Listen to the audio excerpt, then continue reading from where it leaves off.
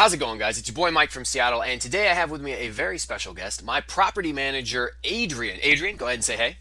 Hey, good to be here. So, Adrien agreed to come on and explain not only to me, but also to the people who watch the channel a little bit more about what it's like to have a property management company or a real estate brokerage and really invest and just deal with real estate in Northwest Indiana, which of course is where I invest. Adrien, could you give us a little bit of your background? How long you been, investing in and working in and around real estate? Awesome. Hey, thanks again for having me on. So I picked up my first rental in 2012. That was kind of by default. It was a condo that we lived in. Um, Bought it in '06 at the height of the market, and by 2012 they were way down here. So we were forced to keep that as a rental, which was cool because I wanted to get into rentals, but like a lot of people, I didn't know where to start, what to do. Fast forward 2015, I decided to start full time in wholesaling. Prior to that, I was doing insurance. I had, my background was in biology, master's in biotech, worked in the lab as a lab geek, Dang. and then did the insurance thing. One of the guys that I met when I was doing insurance talked to me about wholesaling. Did a bunch of research on it, and I realized it was very polarized. People love wholesalers or hated them. Right. And I'm like, I saw the value in it, so I'm like, let me do it the good way. And one of my core values was never to back out on a deal. And we've never backed out on a deal. We've done probably 700 deals since 2015. Wow. Started really building up the portfolio in 2016. Our wholesaling company was doing 80 to 120 houses a year back in the fun times. And we weren't like most wholesalers that would put stuff under contract and assign it. We closed on it and then would resell it. As the market shift, we've had to adjust things. I built my portfolio up to about 50 doors. In 2019, all the indications looked like we were peaking. So we started selling off everything Hmm. because we had so much equity. Sold our last property, a 5 unit in Hammond, sold it in April of 2020, right in the middle of COVID. And at that time, I'm like, man, great decision. You know, Right. 3 months later, COVID pretty much comes to an end in Indiana. Uh-huh. All the restrictions pretty much lifted, and things were kind of back to normal, other than masks and stuff. Market took off. And if I look back at how much equity I left on the table, you're talking probably 1.5 or something crazy. I Oof. don't regret that decision. A lot of that money I've moved into syndications and other bigger deals and stuff. We bought an office about a year and a half ago, and it had a lot of extra space. And my partner and I were like, what are we going to do with it? And we're like, we've always had a lot of issues with management in the area. We've used 4 management companies. They all suck for various reasons. I'm like, let's start our own and do it the right way.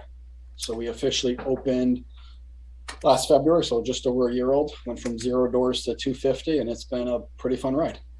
Yeah. Well, I mean, okay, so there's a lot to unpack right there. So you've been investing in and around real estate for a while. First rental in 2012. You built yourself up to 50 plus doors between 2012 and 2019, and you refer to that as the fun times. I assume you mean back when houses were dirt cheap, coming out of the Great Recession. It was easy to buy stuff. Yep, Yeah. yep. Yeah, those are I the mean, good old days when I one was. Go ahead. one of the first houses I flipped in Hammond, we struggled to get it appraised at $90,000. That was a record back then. Hmm. We're now buying those same type of houses before we do any work for 90 and selling them for 150, 160. So Right. Right. I Yeah. miss the days of buying those for 20, 30 grand. Well, I wish I had been investing back at that time as well, but I was like 20 years old and didn't know anything at that point. Barely had a job. Okay, so you get up to 50 rentals, and then you see what happens with the pandemic. It comes in, and you make the decision. Hey, you know what? I think I'm going to sell off some of these because it looks like we're at the top of the market here. We're going to sell these off, and you decided to move that into real estate syndications and some other things. Not a bad idea, but you remembered, man, I really hated dealing with property managers that just didn't do a good job. So property management is a very tough job, and you do it in a very difficult area. So, I mean, how did that conversation go? You know what we should do? We should get into this. Like, how did that really come up and come about? Just jumping into that. Well, part of the market shifting, we went from buying a house for 50 and then turning around and selling it for 70 and not doing anything and making a quick 20 grand in a week and doing 100 of those in a year. And those were the fun days. So as the prices have gone up, same with material and labor, for us to be buying the house, we can't wholesale it anymore because there's not enough margin. Right. Um, and even flipping has gotten extremely difficult because of how competitive it is. So by adding a turnkey model where we buy it, we renovate it, we put a tenant in it, keep it under management, and then we're selling it off market. By selling it off market, we're cutting out the commissions to the agents most of the time. Mm-hmm. And then we're also not paying closing costs. So that alone gives us an extra 6, 7%. Mm-hmm. So it allows us to buy more houses and still hit the goals that we need.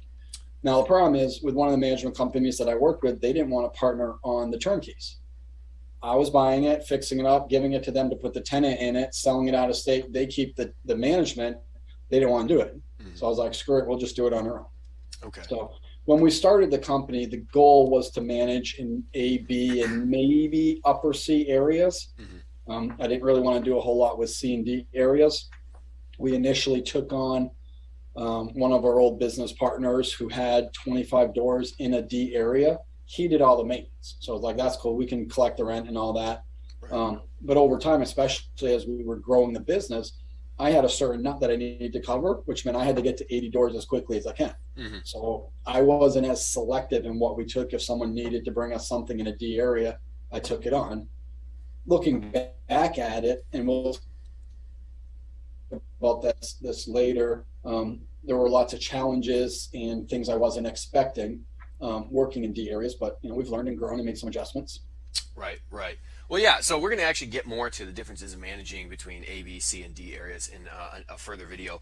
Can you tell us a little bit more about the company? So a lot of folks that watch my channel invest in Northwest Indiana from out of state. Pretty much almost everybody that I know who actually watches my channel who invests there. My friend Kelvin, who you manage property for, he's a trooper like me. We all live really far away. And so some of the questions that most people have really are kind of more about how the business operates between you and the landlord, or the property manager and the landlord, and the property manager and the tenant. So, when someone is looking to start a contract with you and have you take a house under management, what does that look like? How do you onboard somebody? Great question. So we try to provide management that's completely hands-off for the owners. The fewer calls I get from owners, honestly, the easier it is, because that allows me to go and do my job, monitor the employees, hold them accountable. I'm still hands-on in the field quite a bit to give them some extra help. But onboarding is probably one of the hardest things, and one of the places where property management companies drop the ball all the time. One of the things that we've done, and we paid a lot of money for it, we use Monday.com, and we built out this massive workflow for all of our different processes.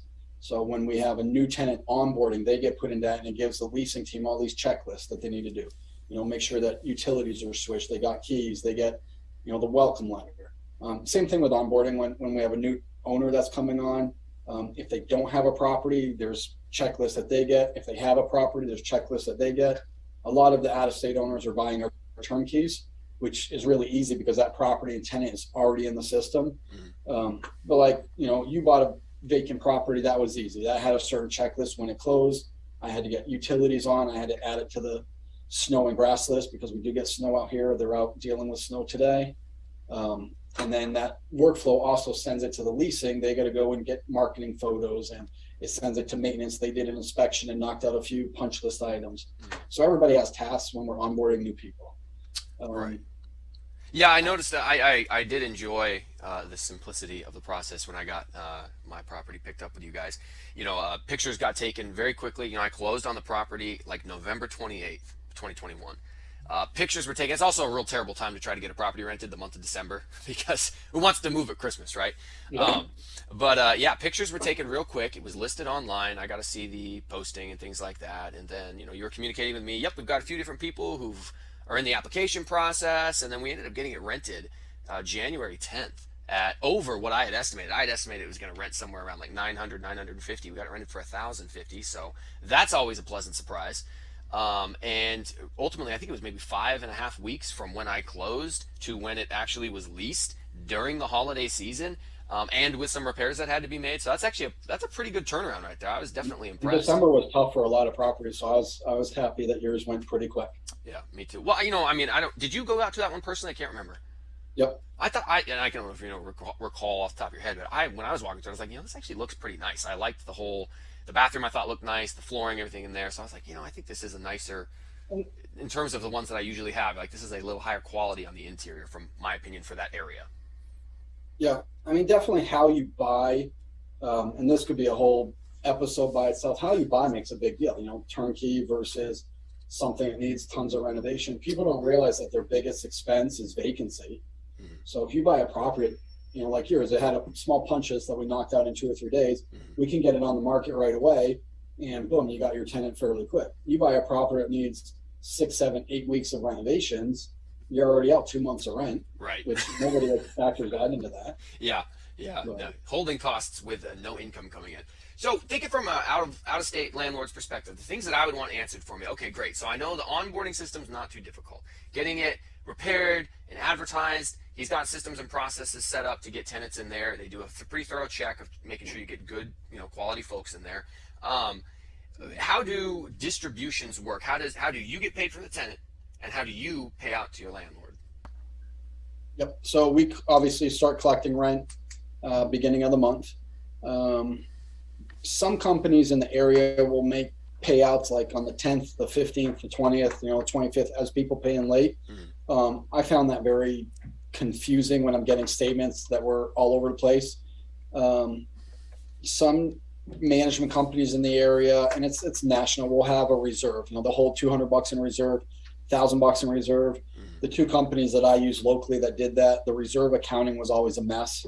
You could never figure out, were they taking the repairs out of the rent? Was it coming out of the reserves? Where was it coming from? Mm-hmm. So I found the easiest thing to do was to pay owners at the end of the month. So I collect money on the first, I hold on to that rent the entire month, and then I pay out usually around the 20th, 29th of the month. Mm-hmm. So because I have that rent the whole month, any minor maintenance that we need to do just gets paid out of the rent. I don't have to try to do the reserve accounting. If they pay late, I don't have to pay multiple times. Again, I'm a checklist guy. I'm a process guy. The more simplistic our process is, the more efficient we can be, the less mistakes we can be. So by paying owners one time a month, we're making a lot less mistakes by, I don't have to remember, did I pay that owner? Did I not pay that owner? Everybody gets paid at the same time. Right. And then, it also allows us not to have the reserves and get, let's say your rent's $1,000 and I don't know, some water heater goes out and it's $1,200. Mm-hmm. By having that money to the end of the month, by the 20th, 25th, we already have people paying the next month. I don't have to go to you and get that $200 and try to chase you down for a little bit of money. Mm-hmm. So it just makes things a lot easier to buy by doing that. Right. Yeah. I mean, you like the people whose properties you manage, but not enough to be their personal bank. I think I saw you post something like that recently. I mean, I've had some owners that, well, I'm going to float $10,000, $15,000 big renovations. I'm like, I can't do that. Yeah, that's a lot right there. And another thing too on holding the money the whole month is because we manage a lot of properties. And I'd say it's probably 25-30% of what we manage would be in a C&D area. Mm-hmm. C&D tenants don't pay on the first, they don't pay on the second, third. I mean, I'm still chasing money down from probably a dozen people. It's the same dozen people that pay late all the time or they make partial payments. Mm-hmm. And yes, I could evict them. Do I want to evict someone that's been in a property for 6 years? And even, they're paying late. Right. So by paying owners at the end of the month, it gives me the whole month to spend time calling these people, texting, chasing it down. And, they all say, oh, I'll pay Friday. Well, guess what? Today's Friday and they haven't paid yet. So mm-hmm. That's another reason why we pay at the end of the month. Yeah, I actually have no problem with that. So, there's some folks out there who really rely on that rental income coming in, and if they miss a couple months, or if it's late or something, it can put them in a hard spot. Which I think you probably need better cash reserves if that's the case. Well, I've turned owners down for that. So February rent comes in, and they want to get paid out by the 10th, so they can make that payment because by the 15th is when their late fees kick in. And if I'm paying them at the end of the month, in my mind, I'm like, well, use the February rent that you get to pay your March, but they want to use February for February. Right. And if their reserves are that low and they can't pay the 1 month, then they're in a risky spot already.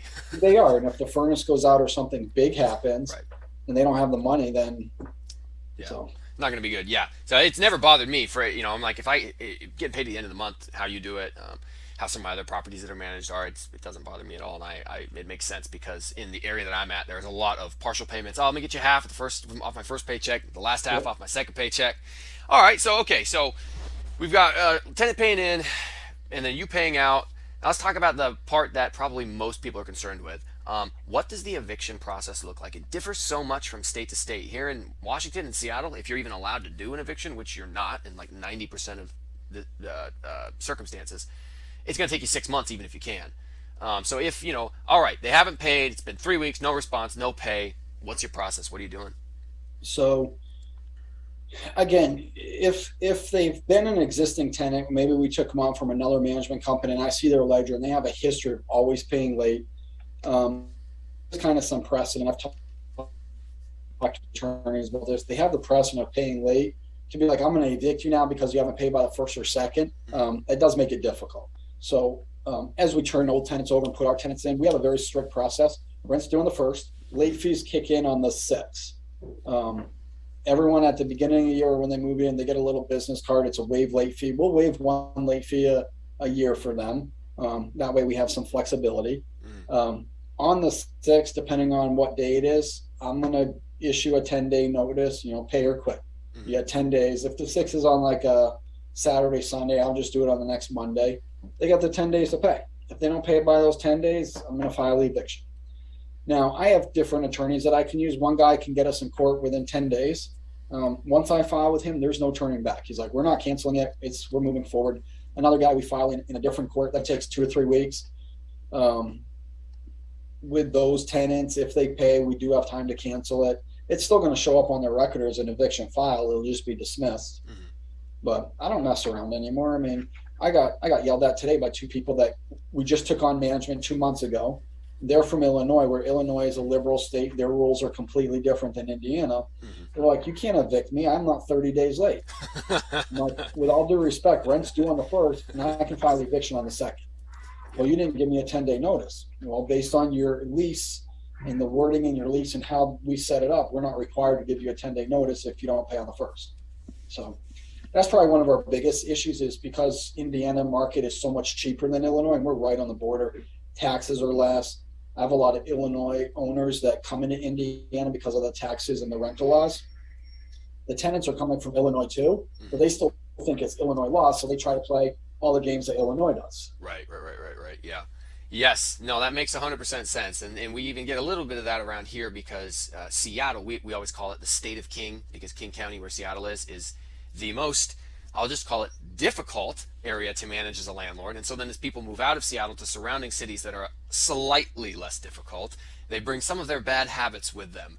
And it can be very interesting. Well, I think that's a good spot for this video to wrap up. I really appreciate you taking the time to explain about your property management company. What we're going to talk about next is tenants and fair housing.